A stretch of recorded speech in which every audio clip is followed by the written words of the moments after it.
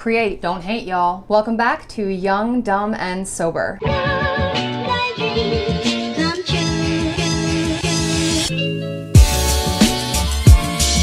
Today's Wednesday, which means it's time for another episode of Dumb Quick, Sober Tips. I'm your host, tip master, if you will, Allie. In this video, I'll tell you why creating, whether it be a piece of writing, a dance, a portrait of your cat, or a failed Pinterest attempt at cupcakes, is a valuable tool for your recovery and sobriety. Before we get into it, do me a solid and subscribe to this channel. Hit the bell so you get notifications every time I upload new content. Done? Okay.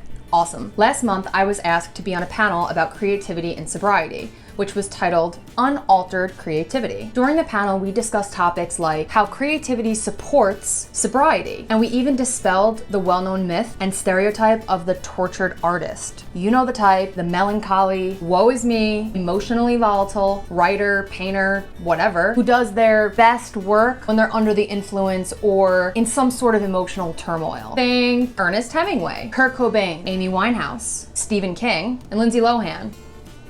Side note, most of those people are dead and the other ones are sober. The point is that drugs and alcohol do not enhance your creativity. But the important thing here is that creativity does enhance your recovery and your sobriety, and vice versa. Let's look at some facts and figures. In a study of 70 young adults between the ages of 19 and 32, researchers at the University of Graz in Australia found that mild intoxication does not so much boost creative abilities as thwart getting in a mental rut. They went on to say that creativity is about discipline and perspiration. And if you pursue a creative enterprise, the best work is usually done after an enormous amount of effort and perseverance. Two things that don't typically go along with active addiction. The reality is that creative people are creative despite their substance use and abuse, and not because of it. A great example of this is Jackson Pollock, who is a groundbreaking artist, and the majority of his most famous pieces were done during a 2-year stint in sobriety, and his creativity seemed to disappear as soon as he fell back into his alcoholism. The problem is that people get it confused. Addiction doesn't make us more creative. Perhaps it puts us in situations that elicit more ammo to create art because we're doing crazy shit with crazy people for crazy fucking reasons. But as you know, here on YDS, we firmly believe that you can do all that stuff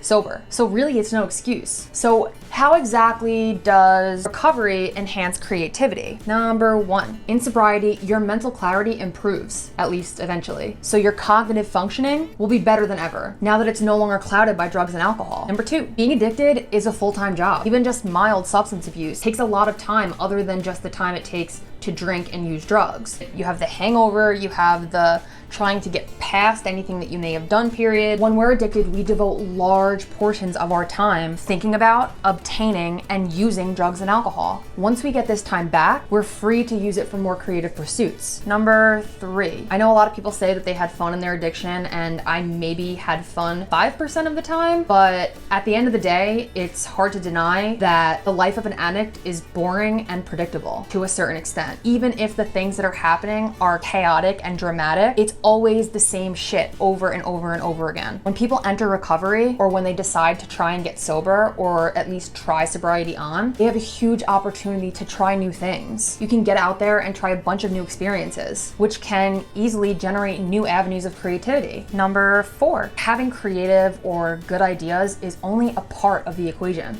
If you're not executing on your creativity, then what's the point? Getting sober can help turn your creativity into action and eventually something of value. 5, common recovery tools such as meditation and mindfulness have a direct impact on a person's levels of creativity. So if you get into that kind of thing in your sobriety program, then you have an even better chance of connecting with the parts of you that you find to be most creative, and then channeling that creativity into whatever it is you want to channel it into. Personally, I have found my own creativity to skyrocket since I got sober. I mean, I definitely would not have been able to start this channel and stick with it and do the video editing and creating the animations and the graphics and putting in the B-roll, doing all those things that come from a place of creativity and vision if I hadn't been sober. I always felt like a creative type. I was never taking any action to prove that to myself or to align with that view of myself. And it left me feeling false and inauthentic. But the problem was that I didn't have enough mental space to even think long-term enough to finish a project or get creative or sit down and do some art or do some writing or do some filming. It was always within me, but I just couldn't get it out because I was constantly drowning in alcohol and drugs, and then whatever messes that I needed to clean up as a result of my use of alcohol and drugs. I'm very grateful for my sobriety, especially for that sense, because without it, I do not feel that I would be able to create at the pace and at the effort of which I do.